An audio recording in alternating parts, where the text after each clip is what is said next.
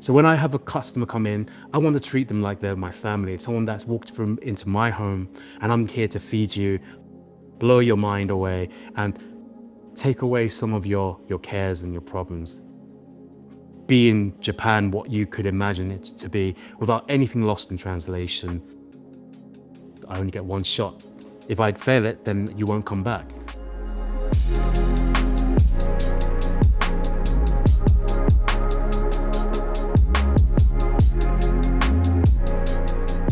My name is Marty Lau. I'm the head chef of the Araki in London. So my master is considered one of the gods, the legends of sushi back in Tokyo. His lifelong dream to move abroad and bring sushi worldwide and bring it to the masses outside of Japan. In Europe, you would never find an establishment solely dedicated to just sushi, and by such a highly regarded chef of his caliber. So here's the piece of the belly of our 150 kilo bluefin tuna coming from the east coast of Spain. So when you're working with tuna, if you eat it straight as it's been cold, you're only going to taste blood. There's still a very heavy accent of the iron in the blood that needs a bit of time in a very specialist unit to dry age.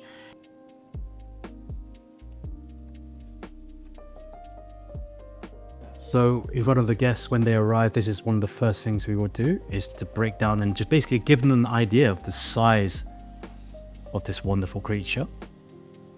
And this is the first part of our course we're doing today, which is the tuna with truffle and egg. So this is the part we'll be using. So first off, we've got that lovely part of our dry aged fatty tuna. And what we're doing is just creating these nice flats first. This is definitely one of the Arakis that I think has a lot of people coming back. It's so simple, but very effective. So here we have our nicely cubed fatty tuna. Traditionally, actually, tuna was never served raw. We would actually blanch the outside of the lean part and then soak it in soy sauce. So what that mean is there's no need for refrigeration. The soy sauce would basically preserve the tuna itself. So this is in its way paying homage to that traditional method of serving tuna. Just literally take it out. Just let it sit for a bit to strain out some of that excess. So just popping in some of our roasted Japanese white sesame really adds a nice crunch. This is very, very, very finely diced white onion that's been washed to get rid of any of the strong astringent flavors. And we're just giving that a quick mix.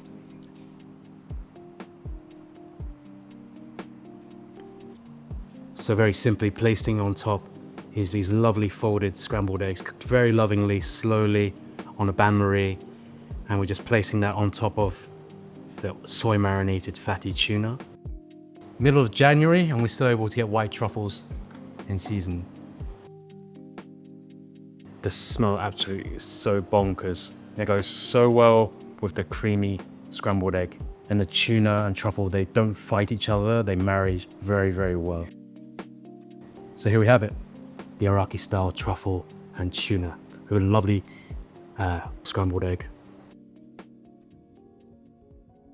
When the situation happened with Michelin where we lost all of the stars, it was heartbreaking. It's something that has changed within Michelin itself when it comes to sushi, as in Tokyo, all of them are gone. There's only one 3 Michelin star establishment left. Does that mean that the entirety of what sushi has become is no longer being recognized by Michelin? That's, again, something to be subject to a bit of scrutiny. My master, he was like, just keep your head up, mate. I mean, at the end of the day, you're still very young for doing what you're doing. I have complete and utter faith in you. Keep humble and motivate yourself. So when it comes to sushi, the most important aspect is the rice. Nailing this is absolutely vital for every service. We cook it in a clay pot after we mill our rice, about 40% removal of the husk, so that you're only having this fresh white rice grain.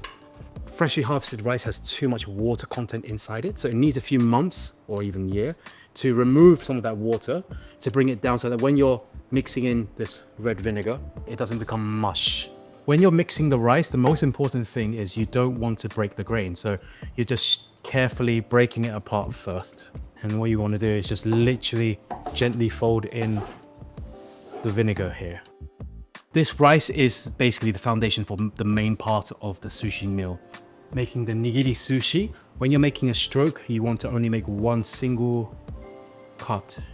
Little scoring if needed, depending on the thickness of the fish.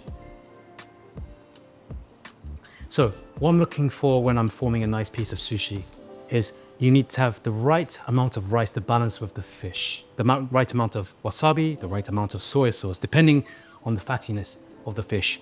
Now, when I'm creating the nigiri, the main thing is the outside needs to hold its structure well, but the inside needs to have an airy pocket of air so that it breaks down nicely. Smear a bit of the wasabi in the middle, and what you're doing is you're just creating the fold needed after flipping once, twice, and with minimal pressing, just shaping very, very carefully and elegantly.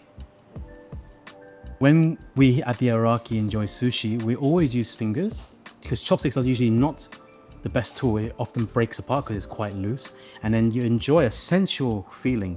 You get the energy transfer from my hand to your hand. So what you want to do is you grab the sushi very gently like this, and what you want to do is turn it upside down so that the fish is always on your tongue. You want to taste the soy sauce and the fish first, as opposed to the rice. So next up, we're preparing cuttlefish coming from Cornwall. It's a very particular technique which maximizes the creaminess and removing any element of chewiness of the cuttlefish. And now what we're doing here is we're making very, very, very thin sheets. This is quite dangerous. And just working our way very nice and slowly. First, we're creating the flat surface first. Yeah, so you just don't ever want to go above your fingers and then lose them. So now that you've cut everything into very, very thin paper sheets, now what we'll do again, go even further and just slice it into very, very thin noodles. Just by cutting it like this, it changes the taste completely. So here we have our noodled cuttlefish. So here we are going to use these really fluffy little clouds of these cuttlefish and serving it with very special caviar called Golden Almas. So this one is a very exclusive caviar that comes exclusively from the albino sturgeon. So making a little dent into the cuttlefish, spread the wasabi again. So the most important thing when you're making the sushi shape, you want to create a boat-like platform on the very bottom for the rice, and it's just for us, the Araki, a nice hump at the very top. So after that shape is formed, you just want to grab some caviar, and here we have it, cuttlefish with albino sturgeon caviar. The Araki should be somewhere that should be remembered as the turning point for Japanese cuisine in Europe, and I hope it inspires a lot of people to chase their dreams to do it better. And for myself, I just want it to be long and standing for as long as I can keep it going. So hopefully I'll be able to produce the next generation here as well. That's my aspirations.